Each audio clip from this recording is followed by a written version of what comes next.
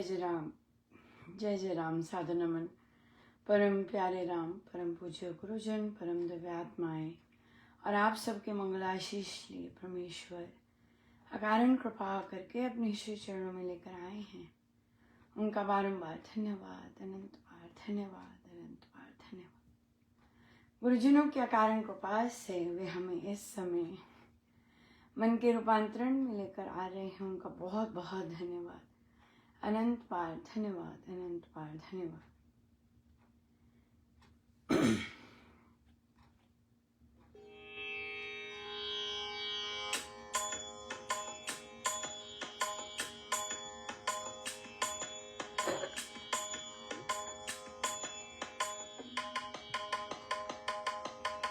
तेरे बिन और नहीं जाना, गुण गावा नित तेरे। तेरे बिन और नहीं जाना, गुण गावा नित तेरे।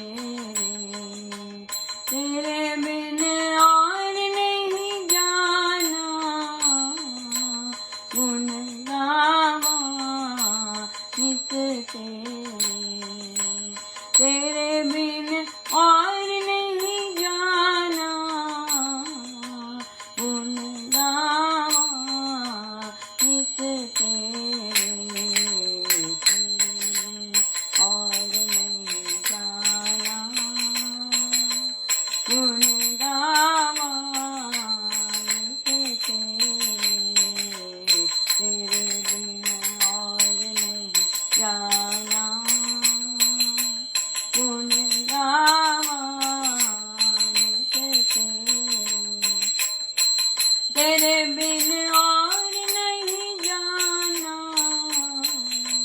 गुण गावा नित तेरे। तेरे बिन और नहीं जाना, गुण गावा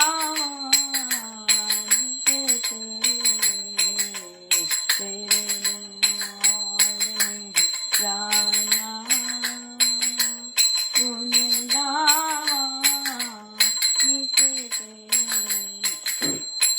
तेरे बिन और नहीं जाना, गुण गावा नित तेरे। तेरे बिन और नहीं जाना,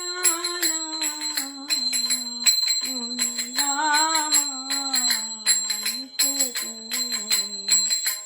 तेरे बिन और नहीं जाना, गुण गावा नित तेरे। तेरे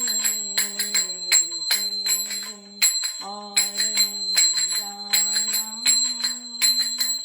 गुण गावा नित तेरे।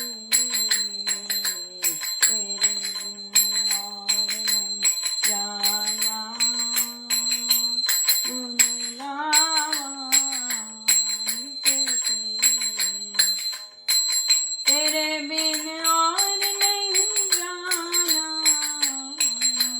गुण गावा नित तेरे।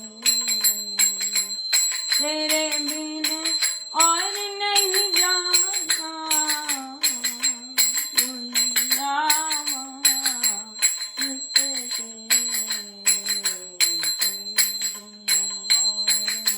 नहीं जाना, गुण गावा नित तेरे। तेरे बिन और नहीं जाना, गुण गावा नित तेरे।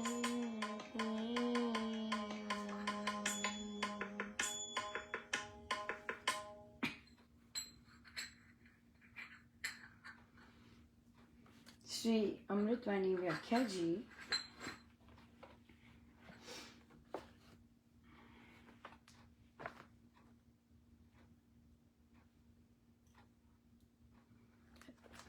नमस्कार। सप्त दोहा 5। भक्ति भाव शुभ भाव नाम मन में भर भरपूर, श्रद्धा से तुझको नमो मेरे राम हुजूर। अपने मन को भक्तिपूर्ण एवं सद्भावनाओं से ओत प्रोत करके हे मेरे राम प्रभु, आपको श्रद्धा से नमन करता हूँ। भक्ति भाव, शुभ भावना मन में भरपूर। श्रद्धा नहीं है, श्रद्धा है। श्रद्धा नहीं है, श्रद्धा। श्रद्धा, श्रद्धा से तुझको नमूं मेरे राम। हुजूर नहीं है, ह के नीचे ऊ नहीं है, हजूर। हजूर। सो हुजूर नहीं है, हजूर है। सो अपने मन को भक्ति पूर्ण एवं सद्भावनाओं से ओतप्रोत करके, हे मेरे राम प्रभु, आपको श्रद्धा से नमन करता हूँ। सो बहुत ही सुंदर और बड़ी कृपा रही प्रभु की, बहुत ही दया रही प्रभु की। प्रभु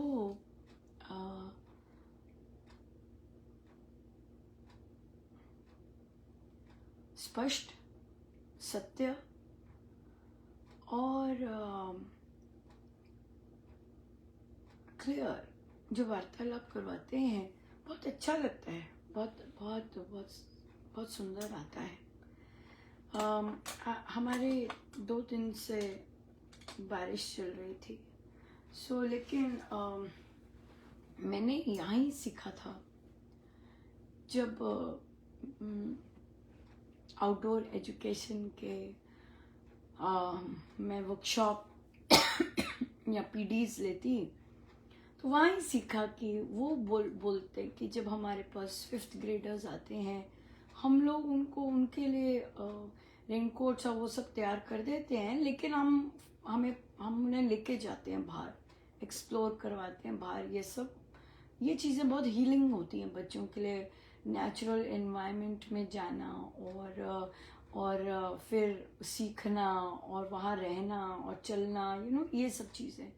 तो ये चीज़ें मैंने सीखी हुई हैं और फिर इन्हें लागू करते हैं बहुत बहुत। तो पर क्या होता है, कई लोग जब आपके सुपरवाइजर्स वो ओवर कंसर्न होते हैं, या उन्होंने ऐसे इंस्टेंसेस गुजरे होते हैं जहाँ के गड़बड़ हो जाए या कुछ हो जाए इस तरह से, तो पर मैंने सीखा है डॉक्यूमेंटेशन। परमेश्वर कृपा करते हैं कि पेरेंट्स को इन्फॉर्म करना कि भाई हम लोग बाहर जाएंगे, बच्चे तैयार होके आए। पता होता है सब, बच्चे ज़रूर ऐसा शो करेंगे कि जैसे हमें नहीं पता, या पेरेंट्स भी ऐसे शो करते कि मुझे शायद नहीं मिली, इस तरह से, क्योंकि वे रिस्पॉन्ड बैक नहीं करते हैं। लेकिन आपको पता है कि सबको गई है और फिर परमेश्वर महाराज बहुत कृपा करते हैं कि स्पेशली जहाँ आपके स्पेशल नीड के बच्चे हैं या इस तरह के बच्चे हैं, आप लिख देते हो उन्हें कि भाई आपको कोई हेल्थ कंसर्न है या आपको कोई कुछ है, तो आप बता दीजिए, हम अरेंजमेंट कर देंगे, आप बैठ सकते हैं, राइट। सो इस तरह से कई बच्चों को अपने बालों का होता है, दूसरे बच्चों को अपने जूतों का होता है, इस तरह से। तो ये सब स्ट्रॉन्ग बच्चे होते हैं, मतलब ठीक है। तो अच्छा, फिर ग्रेड है उसका, बिल्कुल ग्रेड है जी, बिल्कुल ग्रेड है, ऐसे ही है। तो उसका कोई और वो नहीं है। आप हेल्थ इशू है, आप हम पेरेंट्स को बताएंगे कि आप इसलिए नहीं गए, आपका हेल्थ इशू है, तो ठीक है, फिर हम कुछ कर सकते हैं। तो फिर जितने भी दाव पेज कई लोग लगाते हैं, कईयों को कोई प्रॉब्लम नहीं होता। मैं अपना रेनकोट और अपना छतरी भी ले गई थी एक्स्ट्रा, कि अगर बच्चे को किसी को ऑफर करना है तो मैं कर सकती हूँ। तो बहुत ही सुंदर रहा, बच्चे बाहर गए।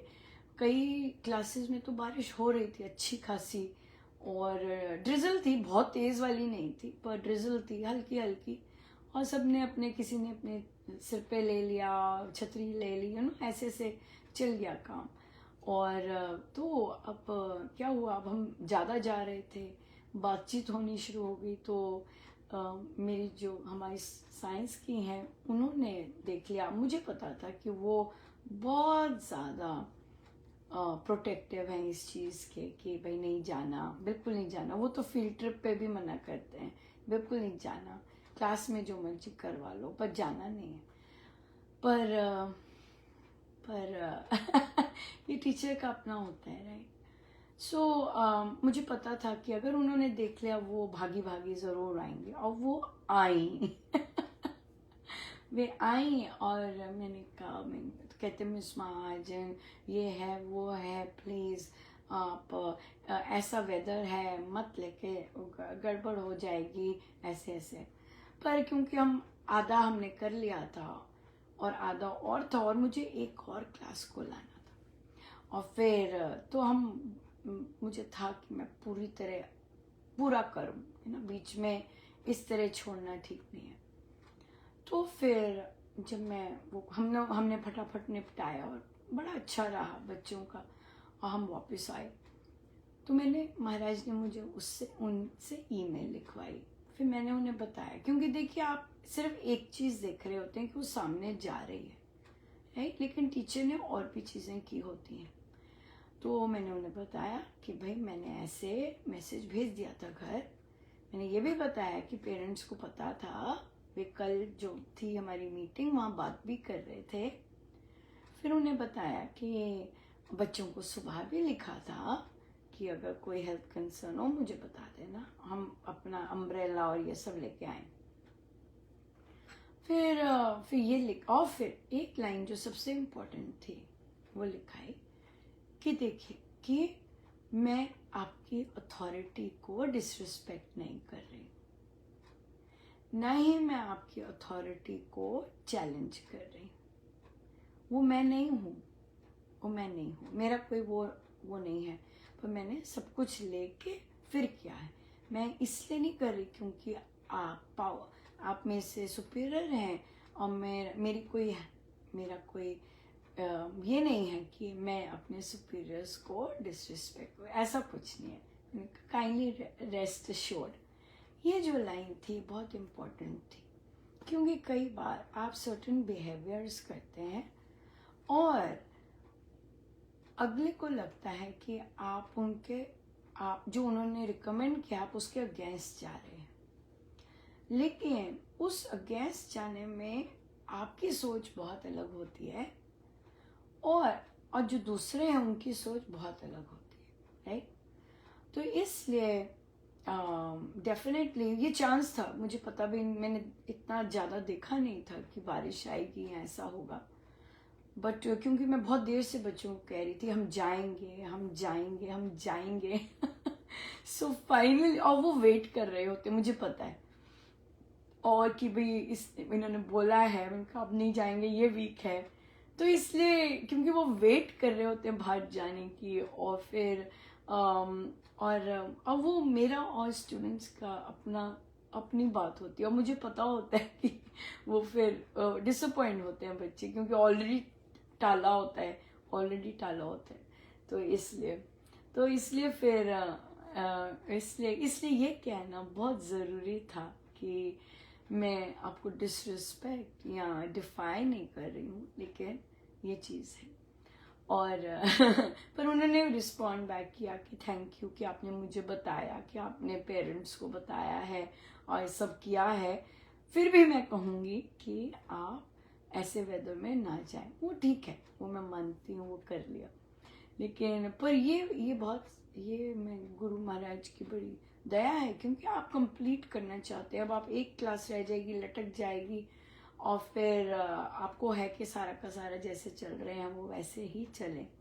सो इसलिए बहुत ये क्लियर करना अपना पर्सपेक्टिव, और बड़े आराम से, क्योंकि हमने ये सीखा है कि हम अजम्पशंस मेक कर सकते हैं, राइट, और हमने सीखा है कि दूसरे जल्दी अजम्पशंस मेक कर लेते हैं, लेकिन आप अगर क्लियर से बात करो तो ठीक रहता है।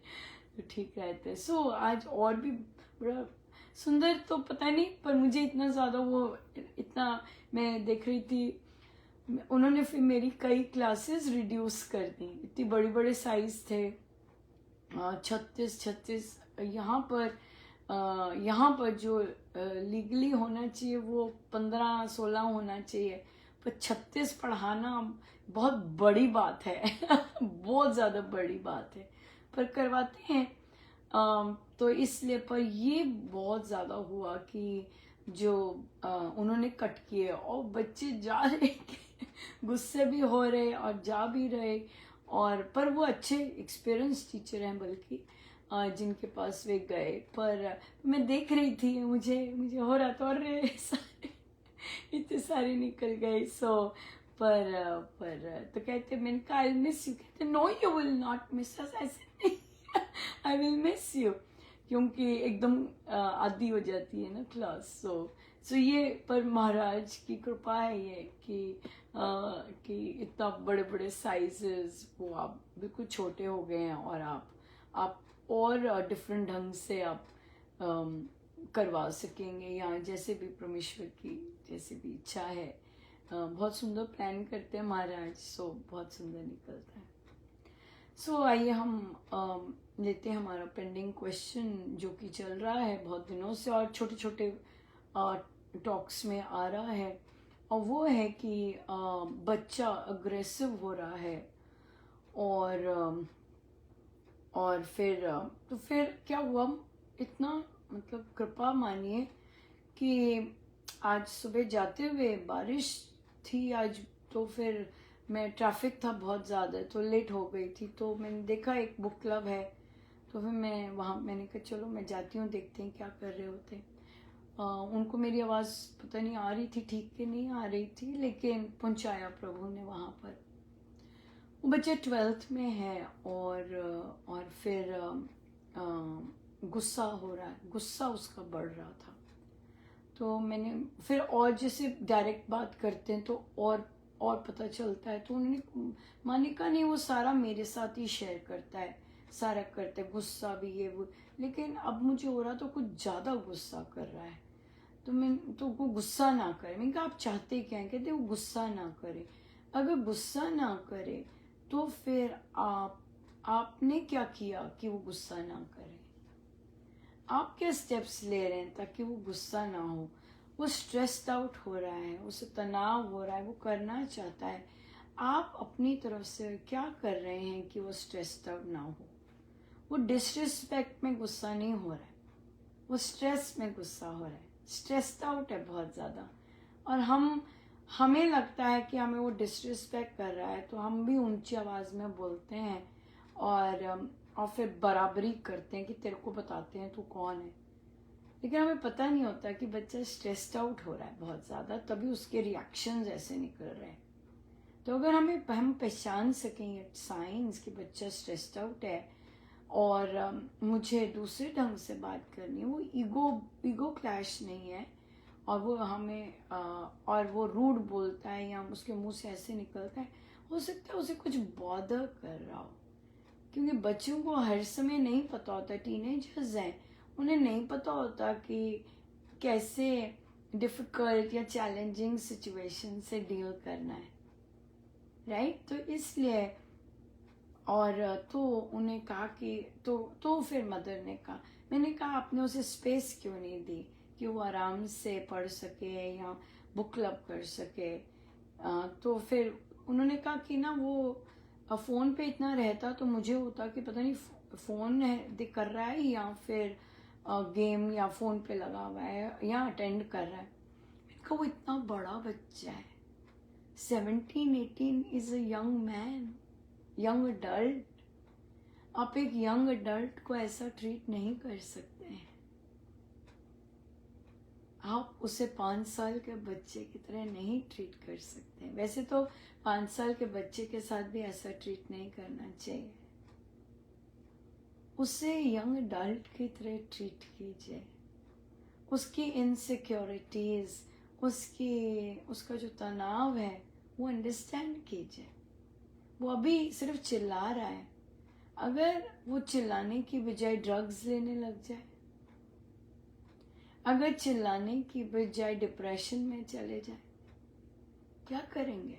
कुछ नहीं करेंगे, राइट? सो इसलिए बच्चे को उसकी स्पेस दीजिए और बोलिए क्लियरली कि बेटा मैं तो तेरे को दे रही हूँ स्पेस, तो बड़ा हो गया है ना? तेरे डिसीजंस अब तेरी लाइफ बनाएंगे, तो इसलिए तेरी संगति बहुत अच्छी हो गई है, है ना। देख कैसे संतों की संगति में प्रभु ने पहुंचा दिया मेरे को भी।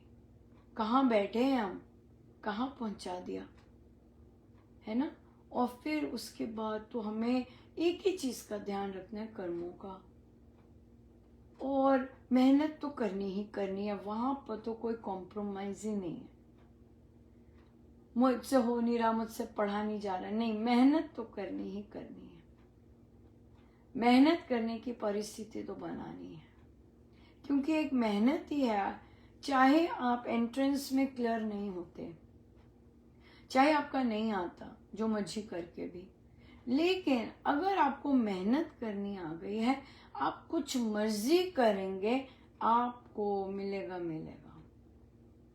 पर अगर आपको मेहनत करनी नहीं आई है, हार्ड वर्क करना नहीं आया है, स्मार्ट वर्क करना नहीं आया है, तब आप जितना मर्जी जो मर्जी कर लें, आप नहीं कर पाएंगे।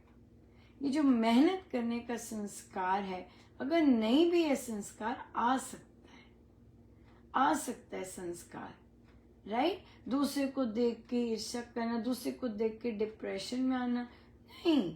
बच्चे को कहना है कि भाई तुम खुद मेहनत करो, मेहनत करो, हाँ। और हम तुम्हें कुछ नहीं दे सकते हैं, पेरेंट्स नहीं दे सकते। तुम जी तोड़ करके मेहनत करो, मैं तुम्हारे साथ खड़ी हूंगी। मेहनत करनी आनी चाहिए, अपने पैरों में तो खड़ा होना ही होना है, होना ही होना है खड़ा। ये तो चाहे लड़की है चाहे लड़का है, नो कॉम्प्रोमाइज एट ऑल। महिलाएं भी, जैसे एक साधिका जी के पति नहीं रहे और वे अब अपने पेरेंट्स के पास हैं। बच्चे बहुत यंग हैं, बड़े हैं, कॉलेजेस में हैं। तो उन्होंने कहा कि अपने फादर उनके बहुत इस्टेब्लिश्ड हैं, अच्छे मतलब साउंड है। तो उन्होंने कहा कि मैं कुछ करना चाहती हूँ। तो फादर कहते अब क्या करोगे, अब सब कुछ मिल तो रहा है। तो ये जो सब कुछ मिल तो रहा है, तुम हो तो सही हमारे, कोई बात नहीं, सब कुछ है तो सही। ये जो चीज है, ये चाहे पति बोले चाहे पत्नी बोले पति को, इधर वे। सो अगर पति बोले, बेटे बोले, बच्चे बोले, हम है तो सही मम्मा, आपको क्या करना है, डोंट वरी, हम है। ये तो सुननी ही नहीं है कभी, ये लाइन कभी नहीं सुननी है। अगर ये लाइन सुन ली तो गड़बड़ हो गई। तो पिताजी को बोलना, नहीं जी पिताजी, मुझे आत्मनिर्भर होना है, मुझे कोई इंडस्ट्री और ऐसा नहीं मैं कह रही, लेकिन मुझे अपनी जरूरतों के लिए आत्मनिर्भर होना है, बिल्कुल होना है।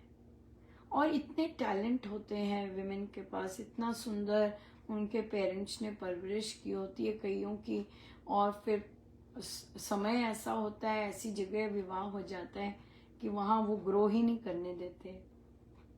सो सारे टैलेंट्स दबे के दबे रह जाते हैं। लेकिन जब दूसरों को देखते हैं तो मन करता है कि हमें भी ऐसे ग्रो करना है, हमें भी कुछ करना है, बिल्कुल करना है। अगर परमेश्वर ने मौका दिया है तो बिल्कुल करना है। सो इसलिए उसके लिए तो दम लगाना पड़ेगा कि नहीं, मुझे आत्मनिर्भर होना है। और age is never a restriction. अब तुम क्या करोगी, अब बच्चे, नहीं, जो मर्जी एज है, ये तो है ही नहीं तो कॉम्प्रोमाइज ही नहीं है, बिल्कुल नहीं। अपने पैरों पर जब भी खड़े हो सके, आत्मनिर्भर हो सके, सब बिल्कुल करें। यही हमारे गुरुजनों की देन है। सो बहुत बहुत धन्यवाद, अनंत धन्यवाद। आइए सीधे होके बैठे।